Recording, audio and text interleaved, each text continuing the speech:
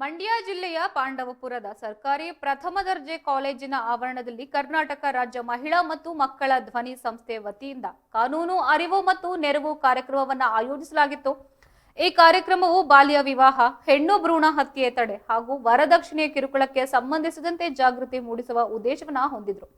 ಕಾರ್ಯಕ್ರಮದ ಉದ್ಘಾಟನೆಯನ್ನ ಪಾಂಡವಪುರ ಪ್ರಧಾನ ಕಿರಿಯ ಸಿವಿಲ್ ನ್ಯಾಯಾಧೀಶರಾದ ಶ್ರೀಮತಿ ಪಾರ್ವತಮ್ಮ ಸಿ ಅವರು ನೆರವೇರಿಸಿದ್ರು.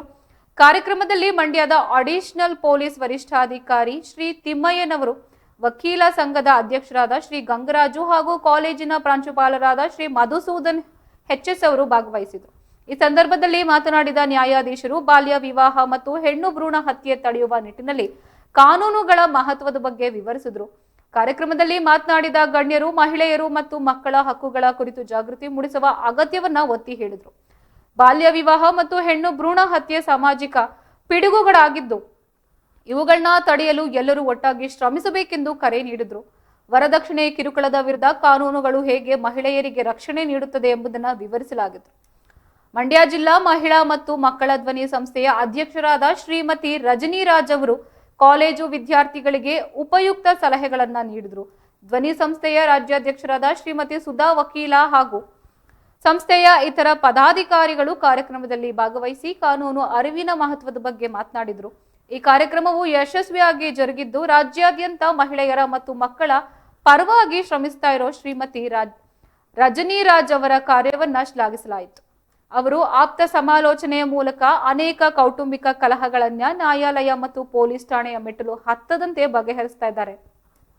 ಅವರ ಈ ಸೇವೆಯನ್ನ ಗುರುತಿಸಿ ನ್ಯಾಯಾಧೀಶರಾದ ಶ್ರೀಮತಿ ಪಾರ್ವತಿಯವರು ಹಾಗೂ ಪೊಲೀಸ್ ಅಧಿಕಾರಿಗಳು ಸನ್ಮಾನಿಸಿ ಗೌರವಿಸಿದರು. ಈ ಕಾರ್ಯಕ್ರಮವು ಸಮಾಜದ ಸಕಾರಾತ್ಮಕ ಬದಲಾವಣೆ ತರುವ ಪ್ರಮುಖ ಪಾತ್ರ ವಹಿಸಿದೆ ಎಂದು ನಿರೀಕ್ಷಿಸಲಾಗಿದೆ.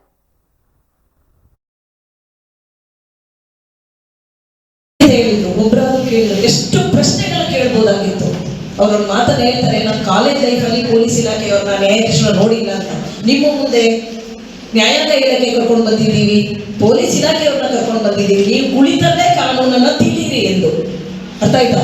ಒಬ್ಬರಾದ್ರೂ ಪ್ರಶ್ನೆ ಕೇಳಿದ್ರೆ ನೆಚ್ಚಿನ ವಿದ್ಯಾರ್ಥಿಗಳ ಎಷ್ಟು ಪ್ರಶ್ನೆನ ಕೇಳಬಹುದಾಗಿತ್ತು. ನಿಮ್ಮ ಮನೆಯಲ್ಲಿ ನಡೆಯುವಂತ ದೌರ್ಜನ್ಯ, ನಿಮ್ಮ ತಂದೆ ತಾಯಿಗೆ ಕೊಡುವಂತ ದೌರ್ಜನ್ಯ, ಹಿರಿಯವರು ದೊಡ್ಡವರು ಅಥವಾ ನಿಮ್ಮ ಮೇಲೆ ಆಗ್ತಾ ಇರುವಂತ ದೌರ್ಜನ್ಯದ ಬಗ್ಗೆ ನ್ಯಾಯಾಧೀಶರ ಮುಂದೆ ಪ್ರಶ್ನೆಗಳನ್ನ ಕೇಳ್ಬೋದಿತ್ತು. ಒಬ್ಬರಾದ್ರೂ ಯಾಕೆ ಧ್ವನಿ ಅಂತಲಿಲ್ಲ?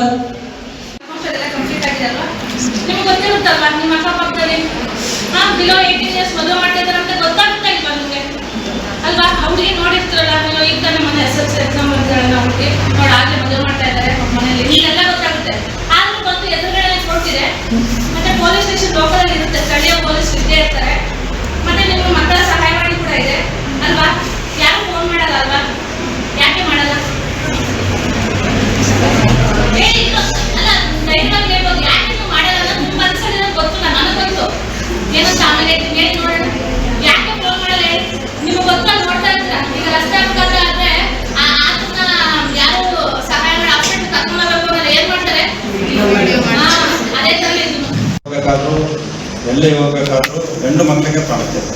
ಹೆಣ್ಣು ಮಕ್ಕಳನ್ನ ಮನೆಯಲ್ಲೇ ಇಟ್ಟು ಅವರಿಗೆ ಸೂಕ್ತ ಎಜುಕೇಶನ್ ಕೊಡದೆ, ಅವರಿಗೆ ಕೆಲಸಕ್ಕೆ ಕಳಿಸದೆ ಎಲ್ಲ ಮಾಡಿದ್ರಿಂದ ಹೆಣ್ಣು ಮಕ್ಕಳನ್ನು ಸ್ವಲ್ಪ ಕೀಳು ಮಟ್ಟದಲ್ಲಿ ಕಾಣ್ತಾರೆ. ಯಾಕೆಂದ್ರೆ ಗಂಡು ಮಗ ಇರೋ ಹೆಣ್ಮಕ್ಳು ಮದುವೆಯಾಗಿ ಹೋಗ್ಬಿಡ್ತಾರೆ, ಗಂಡು ಮಗ ನನ್ನ ಸಾಕ್ತಾರೆ, ಗಂಡು ಮಕ್ಕಳೇ ನಮಗೆ ವಂಶ ಉದ್ಧಾರ ಮಾಡ್ತಾನೆ ಅನ್ನೋ ಒಂದು ಮನೋಭಾವ ನಮ್ಮ ಹಿರಿಯರಲ್ಲಿ ಬಂದಿದೆ, ವಿದ್ಯಾವಂತರಲ್ಲಿ ಕೆಲವರಲ್ಲಿ ಬಂದ್ಬಿಟ್ಟಿದೆ. ಹೀಗಾಗಿ ಸೆಕ್ಸ್ ಡಿಟೆಕ್ಷನ್ ಮಾಡಲಿಕ್ಕೆ ಹೋಗ್ತಾರೆ. ಅಲ್ಲಿ ಕೆಲವರು ದುರಾಸೆಯಿಂದ ಇದು ನಿಮಗೆ ಮುಗ್ತಾ ಇರೋದು ಹೆಣ್ಮಗು, ಒಂದೇ ಮಗುನೇ ಹೆಣ್ಮಗು ಬೇಡ ಅನ್ನೋ ಕೆಲವರು ಜನ ಸೇರ್ಕೊಬಿಟ್ಟಿದ್ದಾರೆ.